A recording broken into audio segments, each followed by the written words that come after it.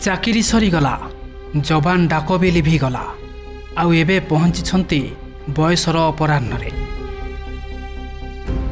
दीर्घ 43 वर्षर संघर्ष परे भी से आज थकी पड़ी नहांती निज पई न्यायर लड़ई लड़ी चली कोर्ट कचेरी ठारू आरंभ करी प्रधानमंत्री और राष्ट्रपति पर्यंत कथा होइथिले भी ए जाए तांको न्याय मिली पारिनी।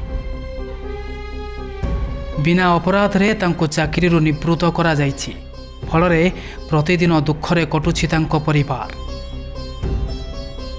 विदाउट इनक्वायरी मोर डिसमिस करी तांको पाखे दोष एबे मोर जिंदगी मोर पूरा 26 टंका मिलिबो नल मते जो पेंशन दियंतु नल मोर क्षतिपूर्ण भी दियंतु एले आगु को बोले मो एबे कमिश्नर के देई के सिविल कमिश्नर एनएचआरसी कमिश्नर देई के समान को रिजल्ट आउ देखि नल मो राष्ट्रपति होने आत्महत्या करिया बिल नोटिस कर। गंजाम जिला आसिका ब्लॉक कुंभारी गाँव में बुद्धिमंत बेहेरा घर 1975 मसीहा फेब्रुआरी 20 रे से भारतीय स्थल सेना जोग देइथिले आउ ठीक ठाक 5 वर्ष मध्य दायित्व तुलाइथिले हेले परे से गाँव को आसीबा परे बिना दोषरे तांको नारे 4 अपराधिक मामला पुलिस रुजु करिथिला। आईनर आश्रय नहीं बुद्धिमंत समस्त मामलारे दोषमुक्त होइथिले किंतु निर्धारित समय रे से कार्य जोग दे न पारिबारु तांको 1981 रे चाकरी निवृत्त करा जाइथिला। खाली सेतिकी नुहे स्थल सेना कर्मचारी भावे तांको मिलिबाकु थिबा समस्त सुविधारु से वंचित रहिछंती। कष्ट पड़ी पिला ने भर कोठी दुख दिन गला आने खाइ नहल माछ धरि गले आने खाइ। हां स्वामी जतल चाकरी करथिले समिति भलो थिला आ जतल स्वामी चाकरी बाहरला आमे हेले को शांति रहउ अछि यही दे शांति रे दिल्ली। एबे बुद्धिमंत को 68 वर्ष हेलाणी हेले परिवार प्रतिपोषण करने को से दिन मजुरिया भावे काम करुछंती।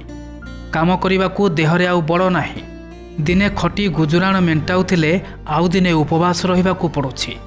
ए सब भितरे भी न्याय पाई सेबेठारू आज पर्यंत संघर्ष ही करि चलिछंती। पुलिस नियम प्रकार से यूनिट की जणया कथा जो आर्मी ऑफिसर मानू से माने भी जणे नाहांती। आर्मी ऑफिसर माने इनक्वारी करी प्रकृत भल मंद कथा प्रकृत समस्या कथा बुझिकी न्याय प्रदान करिया कथा किंतु न्याय प्रदान करा जाएनी।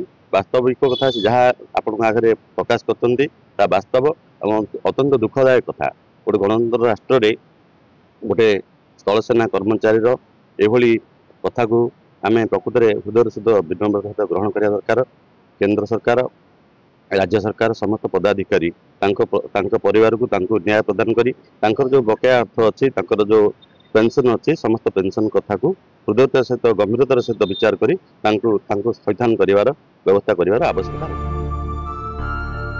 घटनार न्याय पाई बुद्धिमंत दीर्घ 43 वर्ष भितरे बहुथर ओडिशा उच्च न्यायालय ठारू आरंभ करी राज्यपाल राष्ट्रपति प्रधानमंत्री जातीय मानवाधिकार कमिशन एवं SC/ST कमिशन का आगरे बहुबार गुहारी करथिले मध्य ए जाए तांको न्याय मिलिनी। तेबे केबे तांको न्याय मिलिबो देखिबा पाई बाकी रहिला।